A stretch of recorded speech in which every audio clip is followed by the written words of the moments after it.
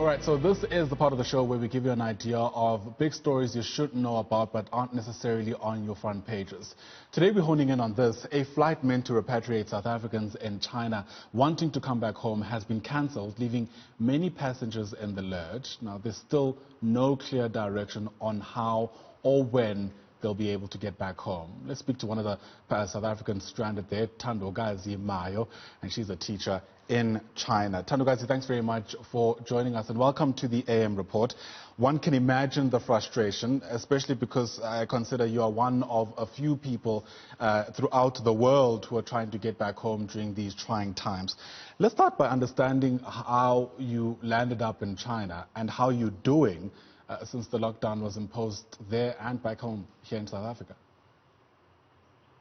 Oh, thank you for having me. I arrived in China beginning of December to start working as a teacher, and it is quite fine right up until the outbreak. And then, as you know, that the outbreak affected a lot of people's livelihoods throughout the globe. So it was a global thing.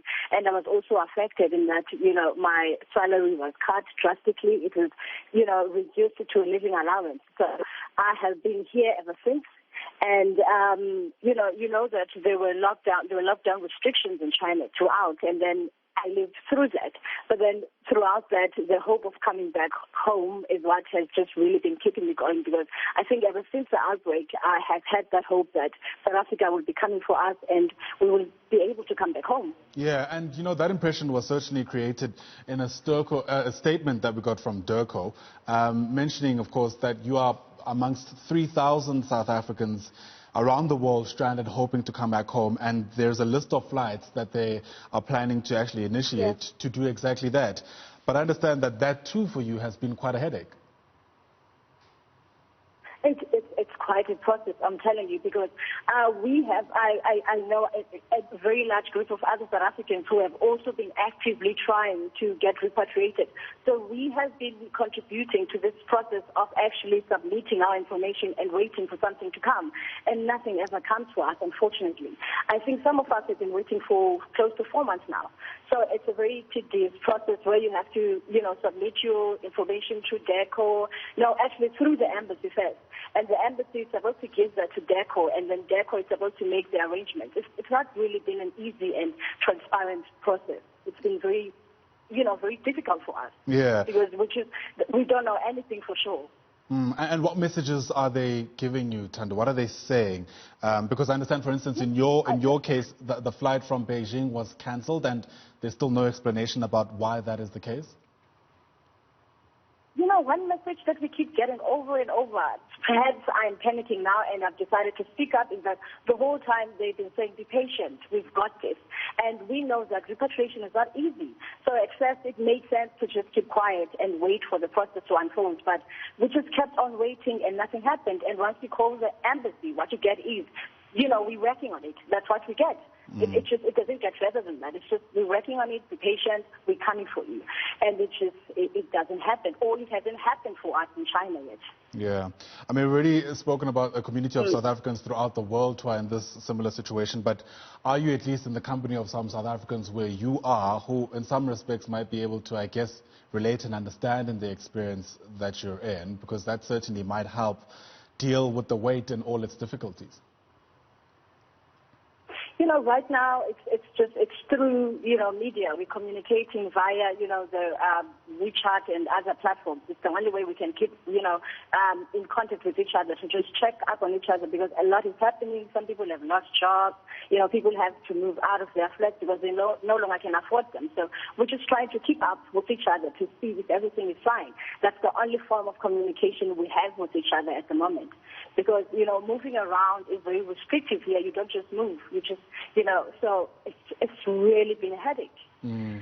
It's been quite an experience. And, coming to this, the SA flight that just got cancelled, what is so heartbreaking about that is that it was actually supposed to be next week, Wednesday. And now it's been replaced with a flight from Joburg to Sydney. And nobody said anything. I think it would have made more sense if somebody had written something to us, because I am sure they have our details. They have our details, all of us. If they had written something prior and say, hey, we are going to take that that particular flight off, and these are the reasons.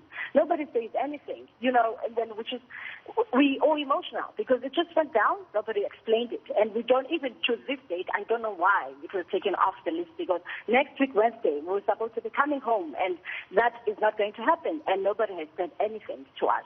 Yeah, I mean, one can imagine the psychological impact that this is having on you, yes. Waiting for a date that you yes. don't know will ever come. Speak to us about what, if anything, is being said by, authorities in China. I remember at the beginning of the pandemic, officials here at home had stressed that, the Chinese officials are taking good care of South Africans that are still there. Do you think that's still the case? I mean, do you feel that there is some kind of care being sort of invested in South Africans who are still stranded in that country?